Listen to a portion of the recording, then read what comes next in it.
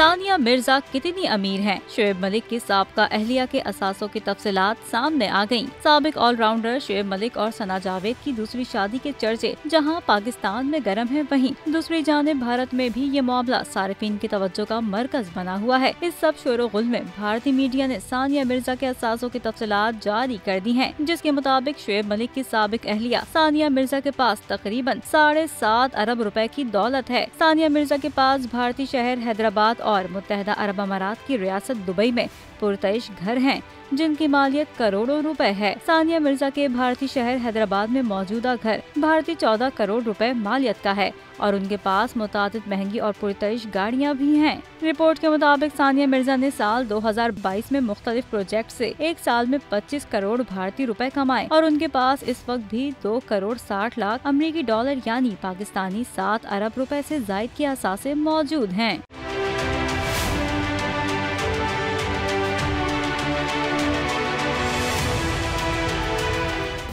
Subscribe करें और bell दबाएं ताकि कोई खबर रह न जाए।